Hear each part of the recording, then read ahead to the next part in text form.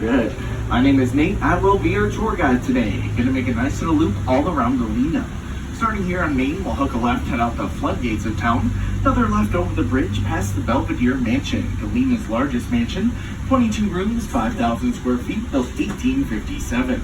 From there, we'll hook another right, go all the way to the top of Highway 20. Catch a turn up there they call Horseshoe Bend.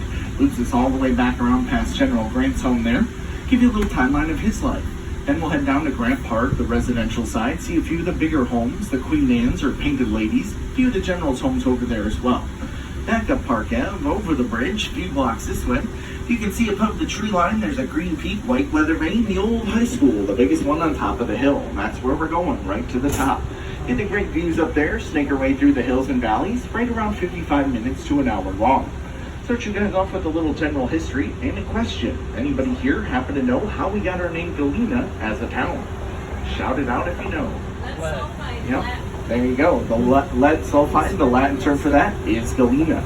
Technically, we should have been Lead Town or Leadville. They went with Galena, sounded a little nicer. I do have some here. I'll pass it around. Some I found right here in the hillside. It does have a 100-year-old nail from the building I pulled it out of as well. Said about 2.5 years ago, doing construction, 2 blocks over here on High Street, pulled out a big limestone rock out of a garage wall I was working on, and this little guy fell out of the wall. Wow. It's about double in size, broke in half on the fall. Somebody hid this in their garage wall, maybe like a rainy day fund, maybe 100 years ago. I found it, I'm keeping it, mine today.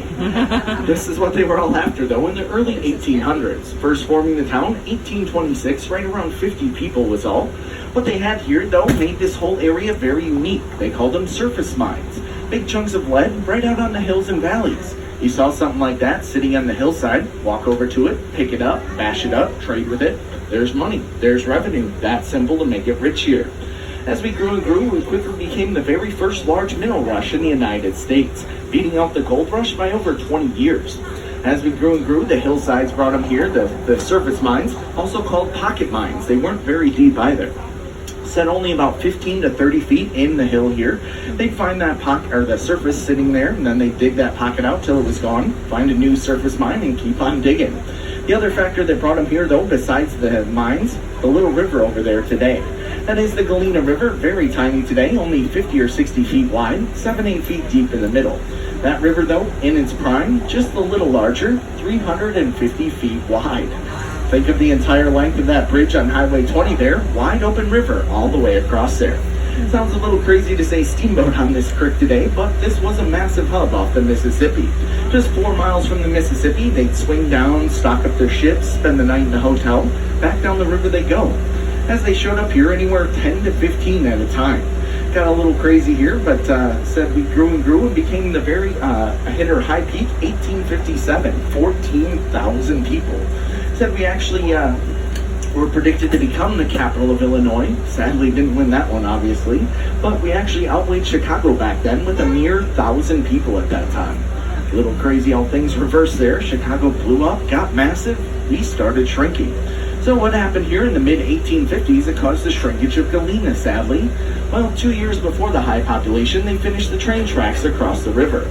With the tracks there, so easy watching lead roll out of town, they didn't worry about the big river filling in like it has today. Saying the main reason it shrank so much so quickly, mostly due to erosion here. When they first came to town, they chopped down every single tree in the hills and valleys, made room for the homes, the mines, used all the wood to burn and build with. Also created lots and lots of loose soil. That soil throughout the hills, every time it rained or the snow melted, shifted its way down right to the river, filling it in. They were dredging the 4 miles, trying to keep up the size of that river, but costing around $10,000 a year to do so. Once the train tracks were there, basically said, why are we worrying about the river? The time, the money, the energy, let it start kind of filling in from there. Things did go downward, but 10 years later, 1865, they ended the Civil War.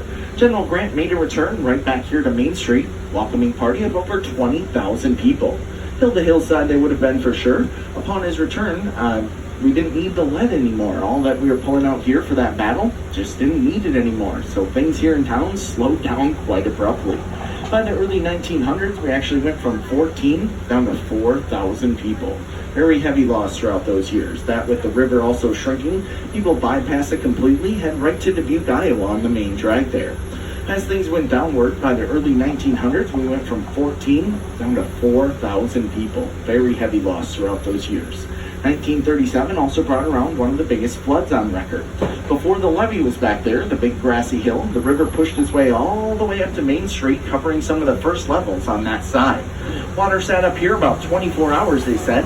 Once the water dropped, though, hit by a massive blizzard. Froze everything, took out the glory days of Galena here. Folks here quickly abandoned homes, businesses, properties. They actually considered the whole area a ghost town for many years throughout the late 30s, early 40s. It wasn't until 47 they got the okay and the funding to work on the levee back there. Grassy Hill made its way all the way around town to the floodgates in the early 50s. With the wall and the gates here, they started bringing the buildings back to life much quicker. Right into the 60s, got a grant they filed for called an Urban Renewal Grant to bring life back to town.